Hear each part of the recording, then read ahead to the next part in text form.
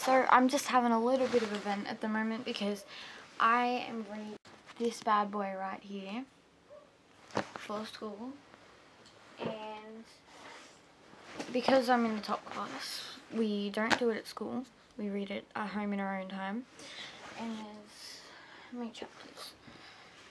Give me a second. There is 31 chapters, 310 pages, and we were given just over a week and a half to read this at home whilst completing chapter reviews after every chapter, which must go for at least 3/4 of a page.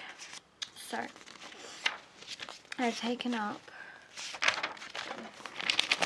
that much of my English book right there within a week just by having to read this book. Tonight's the last night to get it done, and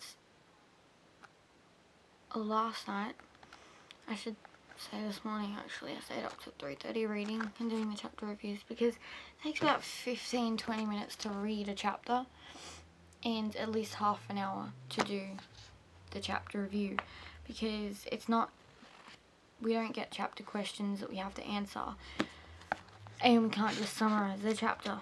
It's reviewing everything that happened in the chapter, all the characters in the chapter,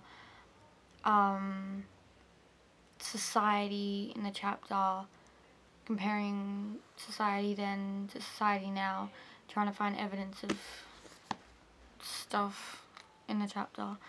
So there's a lot of analysing to be done, and it's just really tiring and really difficult, especially because there's classwork on top of that. So there's homework from English as well if we don't finish stuff in class, or just there's homework.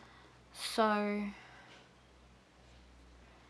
it's not fun. I'm probably going to have to pull an all-nighter tonight to finish this book because I still have 9 chapters to go, and yesterday I read 11 chapters and it took me approximately 8 to 9 hours to do it. So, and that was straight reading, writing, and so I was up till 3:30 doing that.